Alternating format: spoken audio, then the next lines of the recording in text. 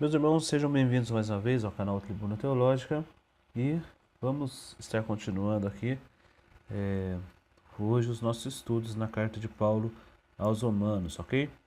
Hoje nós vamos estudar capítulo 2, vamos entrar nesse capítulo hoje e esse capítulo ele consiste de uma sessão, que é a primeira sessão dele, que é do verso 1 até o verso 16, onde Paulo vai julgar agora e falar contra os críticos, contra os moralistas, ok?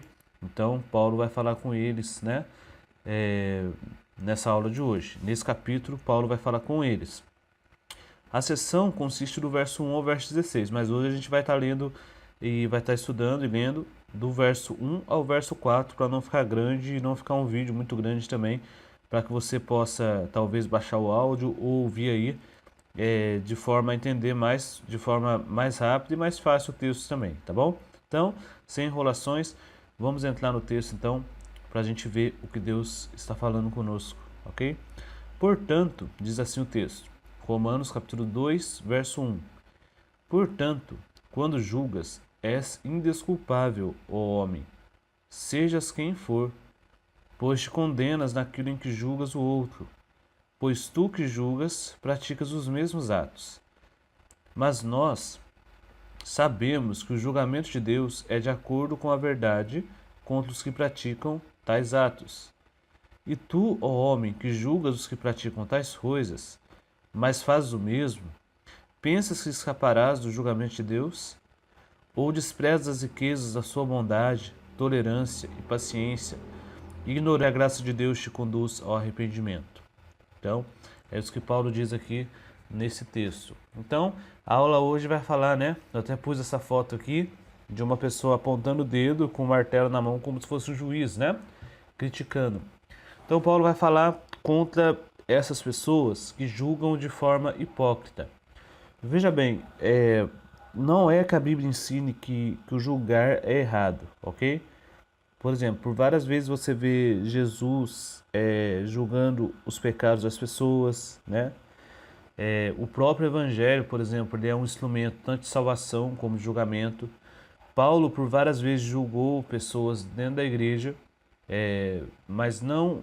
O interessante dessas passagens e desses fatos históricos é o seguinte: nem Paulo, nem Jesus, nem os apóstolos julgaram outras pessoas de forma hipócrita, ok? Então, o texto que a gente leu aqui está falando de um tipo de julgamento, aqui quando diz quando julgas, né? É um tipo de julgamento que é um julgamento hipócrita, ok? Não é um julgamento, por exemplo, como a disciplina eclesiástica, né? Por exemplo, no contexto de igreja, a disciplina eclesiástica ela é um tipo de julgamento. Quando uma pessoa está sendo excluída, não se arrepende de seus pecados e está sendo excluída da igreja, isso também é um julgamento que a igreja faz sobre a pessoa, tá bom? Então, o verso que diz, né? Não julgueis para que não sejais julgados, nem condeneis para que não sejais condenados, né? Porque com a mesma medida que você julgar, você será julgado também. Com a mesma medida que você condenar, será condenado também. Esse verso está falando do julgamento hipócrita, tá bom?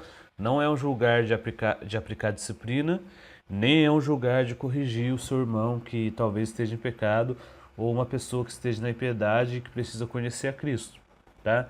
Então, julgar aqui está falando única e exclusivamente do tipo de julgamento que é hipócrita, tá bom?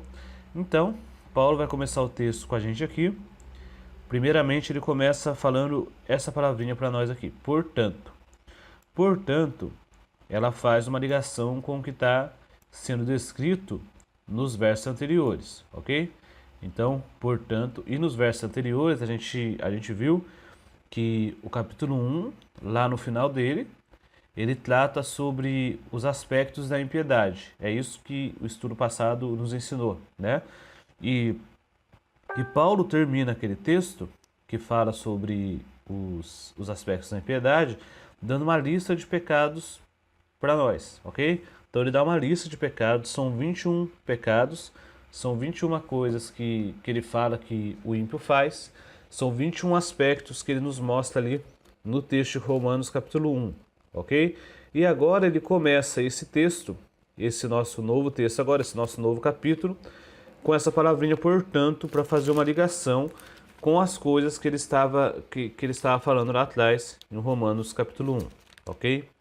O Romanos capítulo 1, eu estou até abrindo a Bíblia aqui, ele termina da seguinte forma. Ele termina assim. O último verso dele, o 32, ok? Os quais, conhecendo bem o decreto de Deus, está falando das pessoas ímpias, né? Que declara dignos de morte os que praticam essas coisas que são os pecados que ele descreveu aqui, não somente as fazem, mas também aprovam as que as praticam. Então, pessoas ímpias que vivem na impiedade não somente fazem o que é errado aos olhos de Deus, mas também aprovam as pessoas que fazem o que é errado aos olhos de Deus. Elas não somente fazem, mas ensinam também as outras pessoas a fazerem a mesma coisa, né? E o capítulo 2 começa dizendo, portanto, né? E aqui não há consenso entre os estudiosos se o texto está falando aqui com judeus ou com gentios, ok? E eles divergem muitas vezes quando ele começa a falar, portanto, quando julgas és indesculpável, ó homem, não há consenso se ele está falando com judeus ou gentios. John Stott, o escritor John Stott, ele diz que Paulo está falando aqui tanto com gentios quanto com judeus. Ele está falando de forma geral. Ele está falando única e exclusivamente com aquelas pessoas que são críticas moralistas, né? Que gostam de criticar e criticam as coisas e julgam as coisas que elas mesmas fazem, né? Então isso que é criticar de forma hipócrita e injusta. É você criticar uma coisa, algum pecado, alguma conduta e você mesmo praticar essa conduta a qual você criticou. Por exemplo, eu condeno alguém que roubou, né? Aí passa um tempo e eu estou fazendo a mesma coisa e caindo e incorrendo no mesmo pecado, né? Então isso é uma coisa errada, é uma coisa que não deveria ser feita. Então, se eu faço isso, se uma pessoa rouba e depois vocês descobrem que eu também estou roubando, né? Nesse exemplo, se eu faço isso, isso torna de mim um crítico moralista. Eu estou criticando, né? De forma hipócrita a pessoa que está cometendo o pecado, mas depois é descoberto que eu praticava o mesmo tipo de pecado. E isso, já que é assim, né? Quando julgas, então, ele está falando aqui com os críticos e moralistas hipócritas, né? Portanto, quando julgas, és indesculpável, ou seja, você não tem desculpas. Opa, olha aí, apertei a tecla errada aqui. És indesculpável, ou seja, quando você julga uma pessoa, né? Quando você julga uma pessoa e pratica a mesma coisa que ela julgou, você se torna desculpável. Por quê? Porque você está caindo no mesmo erro que você está julgando errado, ok? Por exemplo, você julga que roubar é errado e cai no mesmo erro, então isso torna de você também um ladrão, um culpado. E isso torna você uma pessoa indesculpável, ok? Portanto, quando julgas, és indesculpável, ó homem. Aqui pode estar fazendo uma referência, então, a judeus e gregos, ok? De forma geral, a todos aqueles que criticam de forma hipócrita, ok? Portanto, quando julgas, és indesculpável, homem, sejas quem for. Ou seja, esse sejas quem for faz a gente entender que não importa a nacionalidade, nem posição social, né? Nem posição política, nada disso. Se a pessoa julga de forma hipócrita, seja ele quem for, ele se torna indesculpável, ok? Por que se torna indesculpável? O texto responde para nós, pois te condenas naquilo em que julgas o outro. Ou seja, eu julgo uma pessoa, ok? E pratico a mesma coisa que ela. Ou seja, quando eu julgo uma pessoa e estou praticando a mesma coisa que ela, eu estou fazendo uma certa acepção. Eu estou tratando ela de modo inferior e eu de modo superior, certo? Por quê? Porque o pecado que ela praticou, que é o mesmo pecado que o meu, é digno de pena para ela, ou seja, é digno de juízo para ela, mas não é digno de juízo para mim, como se eu fosse uma pessoa que vive aí em separado, né? Muito santarrão e que não posso ser julgado por causa disso, ok? Então, pessoas que fazem isso, que fazem julgamentos de forma hipócrita, se condenam naquilo em que elas julgam a outra pessoa. É o caso do roubo, como eu estou dando no exemplo aqui, eu estou usando o roubo, mas pode ser qualquer coisa, né? Então, mais uma vez, se uma pessoa rouba, eu condeno ela por roubar e faço a mesma coisa em secreto, eu estou caindo no mesmo erro que ela. Isso me torna indesculpável, né? Seja eu quem for, independente da classe, posição social, política e tudo mais, tá? Pois tu que julgas, Paulo vai explicar isso, pratica os mesmos atos. E olha bem que Paulo está falando aqui que esses atos, eles não são na vida da pessoa hipócrita, né? Na vida dessa pessoa que julga de forma hipócrita, esses atos dos quais ele está falando aqui não são coisas que acontecem em vez ou outra, mas são coisas que são uma prática. É por isso que ele fala que essas pessoas que julgam de forma hipócrita uma outra pessoa e por causa disso se tornam indesculpáveis, elas fazem isso, né? Julga a pessoa, mas praticam.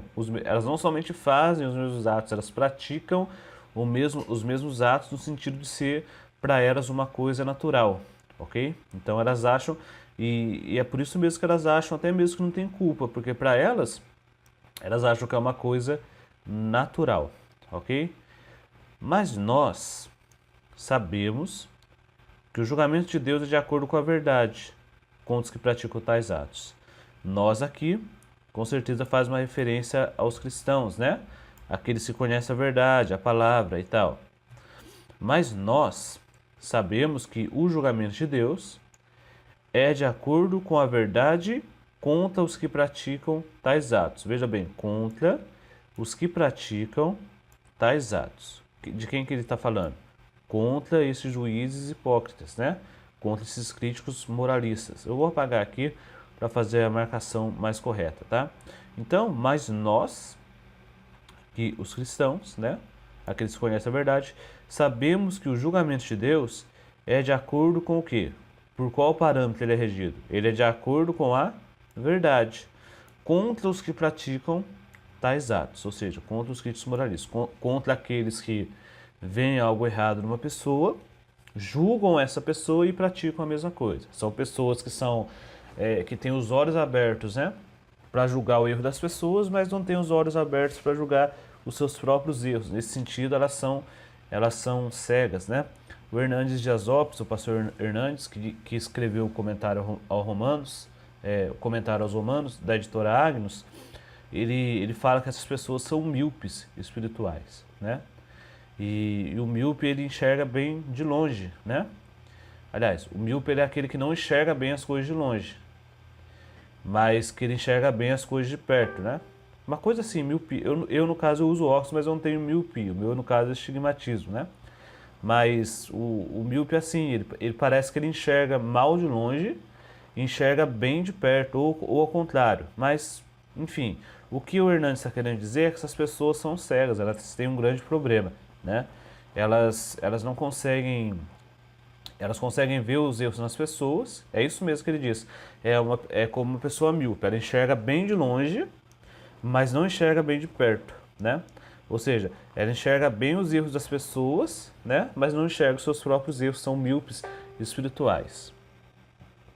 E tu, o texto continua no verso 3, ó homem, que julgas os que praticam tais coisas, mas fazes o mesmo, está falando desses críticos, né? Pensas que escaparás do juízo de Deus? Ou seja, ele está dizendo, olha, você, homem, você crítico, né? Você que fica julgando as pessoas e cai nos mesmos erros. Você que julga os que praticam essas coisas erradas, essas coisas que são contra os mandamentos de Deus, as coisas de Deus, você que critica, você que julga, mas faz as mesmas coisas de forma hipócrita, você pensa que escapará do julgamento de Deus? E a resposta para isso é muito clara, né? Não. E essas pessoas, com certeza, quando julgavam, porque é esse o pensamento do crítico moralista, ele julga e pensa que ele mesmo vai escapar do julgamento de Deus, né? Ou seja, ele pensa de modo superior acerca dele mesmo, né? E coloca outra pessoa numa posição inferior. E o verso 4 diz que esses críticos moralistas, eles desprezam as riquezas da bondade de Deus, da tolerância de Deus, da paciência de Deus, ignoram que a graça de Deus conduz ele ao arrependimento. É isso que ele faz. Ou despreza as riquezas da sua bondade, tolerância e paciência, ignorando que a graça de Deus te conduz ao arrependimento. Eles faziam isso, desprezavam. E aqui mostra um ponto importante que fala também acerca de teologia. Quando aqui fala as riquezas da bondade de Deus, a tolerância e paciência de Deus, né? Ignorando a graça de Deus que te conduz ao arrependimento, tudo isso aqui no verso 4 está mostrando para nós aqui um tipo de visão teológica, certo? Então, os críticos moralistas que criticam as pessoas de forma hipócrita, elas têm uma visão teológica turvada, é uma visão toda borrada do que é a teologia, do que verdadeiramente é a bondade de Deus, a tolerância de Deus, a paciência de Deus. Porque se elas conhecessem verdadeiramente o que é a tolerância de Deus, a paciência de Deus, a bondade de Deus, elas não agiriam dessa forma, criticando outras pessoas de forma hipócrita, apontando o dedo para outras pessoas, sendo que elas mesmas caem nos mesmos pecados, ok? Veja bem, os judeus, eles sempre julgavam os gentios pela idolatria. Isso a história nos mostra, até mesmo a história bíblica, né? Em contrapartida, eles mesmos se consideravam tão retos, tão certos, né, que faziam de si mesmo seu próprio ídolo. Ou seja, o judeu, e aqui eu estou falando do judeu, apesar do texto estar falando com dois tipos, né, de pessoas, judeus e gentios, aqui eu vou usar o exemplo do judeu porque é mais fácil de entender. O judeu, ele pensava que ele era tão reto, mas tão reto que ele fazia dele mesmo o seu próprio ídolo. Ou seja, ele se achava tão bom a ponto de fazer dele mesmo um objeto de idolatria, né? Os judeus criam que todos estavam condenados ao juízo, menos eles. Ou seja, por ser nação de Deus, povo de Deus, por ter toda uma história com Deus, entre aspas, né? Vamos dizer assim, eles achavam então que as pessoas ao seu redor estavam condenadas por isso, e por isso eles achavam que tinha agora o direito de apontar o dedo para as pessoas, de condená-las até mesmo de forma hipócrita, mas na verdade praticarem os mesmos erros, ok? Então eles esqueciam da bondade, misericórdia de Deus e achavam até mesmo que Deus não iria julgá-los por causa deles serem povo de Deus. O juízo de Deus aos críticos moralistas, ele é inevitável. Esse é o primeiro ponto. Nas outras aulas eu vou gastar o tempo falando de mais outros dois pontos, ok? Que o juízo de Deus também é justo, a gente vai tratar depois. E depois mais um terceiro ponto. Mas o primeiro, o juízo de Deus, ele é inevitável, ok? Portanto, quando julgas, és indesculpável ao homem, sejas quem for, pois te condenas naquilo em que julgas o outro, pois tu que julgas, praticas os mesmos atos. Mas nós sabemos que o julgamento de Deus, e aqui ele dá ênfase ao julgamento de Deus, é de acordo com a verdade contra os que praticam tais atos. Ou seja, o julgamento é algo que vai vir sobre essas pessoas, ok? Veja bem, quais eram os riscos que esses homens críticos, moralistas, né, hipócritas e tal, eles corriam? Primeiro, o perigo e risco, né? Era o perigo da projeção, né? Projeção é o ato de você se lançar, arremessar, né? Ou o ato de você pensar de forma superior acerca de você mesmo. Nesse tipo de comportamento, sentimos um prazer em condenar os outros pelas mesmas falhas que perdoamos em nós mesmos. Ou seja, eu cometo uma falha e eu perdoo em mim mesmo e olho para outra pessoa, né? Sabendo que biblicamente ela é digna do mesmo perdão se arrepender, mas eu oro para ela e condeno ela pela falha que eu mesmo cometi ou pela falha que eu mesmo estou cometendo, né? O moralista usa uma lupa para ver os pecados alheios e uma venda para enxergar os seus, né? Ele olha para a pessoa, né, com uma lupa buscando suas falhas e pecados, né? Mas tem uma venda sobre os seus próprios olhos. Ele é um cego que tenta, né, que tenta corrigir o problema das pessoas. É mais fácil ver os erros dos outros que em nós, né? Realmente, os erros em nós são mais difíceis de ser vistos, porque a partir do momento que eu vejo o erro em mim, eu tenho que resolvê-lo, né? Eu tenho que sair desse erro. E isso, por ser uma coisa dolorida, é difícil de se fazer. E os críticos moralistas, o que eles fazem? Em vez de eles olharem para eles mesmos e corrigirem seus próprios erros, eles olham para as pessoas a fim de corrigir os erros delas de forma hipócrita, abominando assim os pecados nas outras pessoas, ok? Em vez deles mesmos. Outra coisa que eu falei aqui no começo é o perigo da miopia espiritual, né? É aquela pessoa que enxerga bem de longe, mas não enxerga bem de perto, né? O que é miopia? Miopia é a dificuldade de enxergar o que está longe. Eu estou em dúvida nisso aqui, porque eu não sei agora se é dificuldade de enxergar o que está longe ou dificuldade de enxergar o que está perto, né?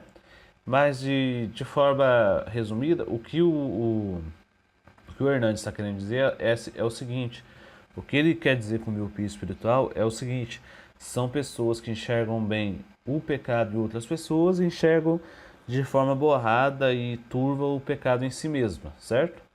Quando somos míopes espirituais, vemos o mundo e as pessoas que estão nele de forma distorcida, ok?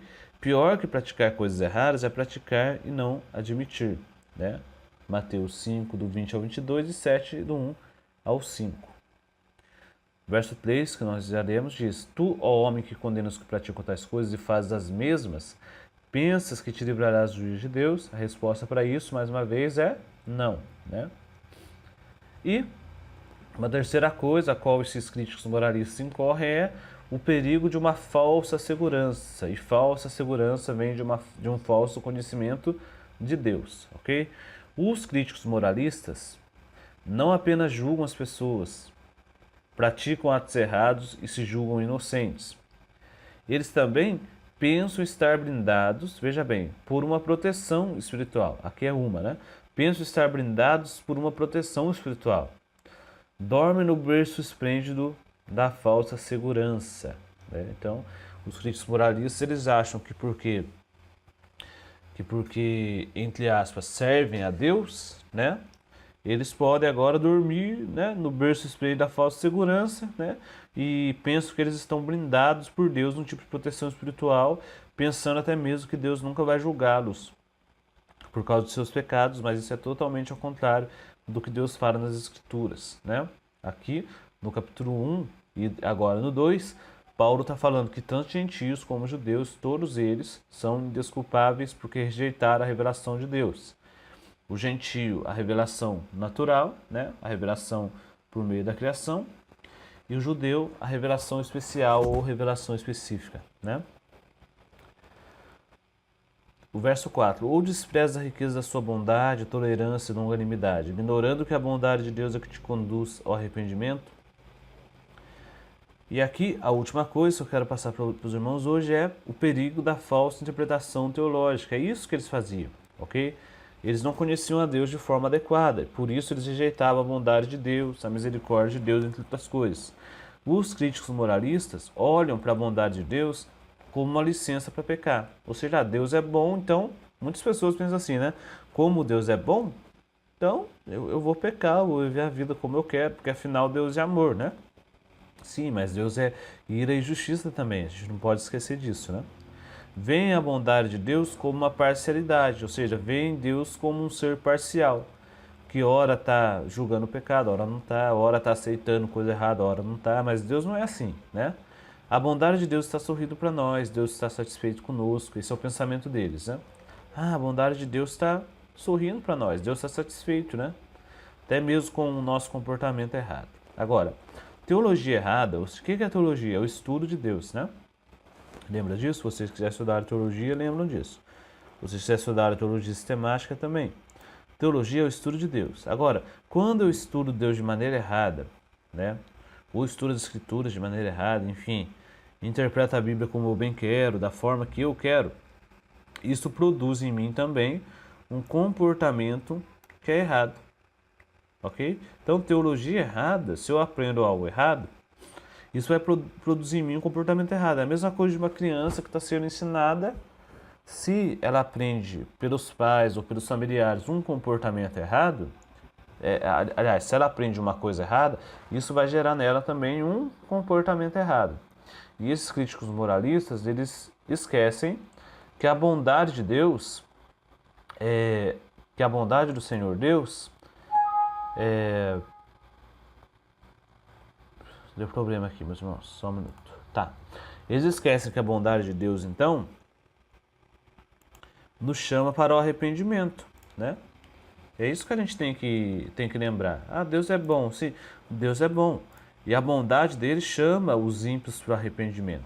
Talvez você que está ouvindo nessa manhã de hoje, eu estou gravando agora de manhã, você pode estar ouvindo outro horário, mas eu estou gravando de manhã, né?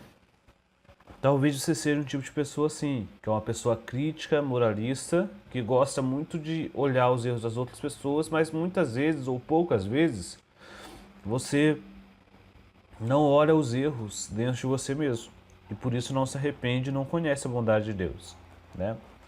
Um dos piores erros que nós podemos cometer é estar cegos diante da verdade de Deus, né? Esquecendo-se que o juízo de Deus vem, veja bem, por causa também da verdade de Deus, tá bom? Então que Deus abençoe você em nome de Jesus. A gente vai voltar no próximo estudo, tá? E para aprender muito mais a palavra de Deus, tá? Que Deus abençoe você, então não seja que nenhum crítico moralista, ok? Porque o juízo de Deus aos críticos moralistas é realmente inevitável, vai acontecer, né? Naquele grande dia, Deus pode falar para você, Deus pode aceitar no reino ou falar para você que você foi um desses críticos aqui que só apontou o erro na vida das pessoas e que não se arrependeu dos seus próprios. Amém?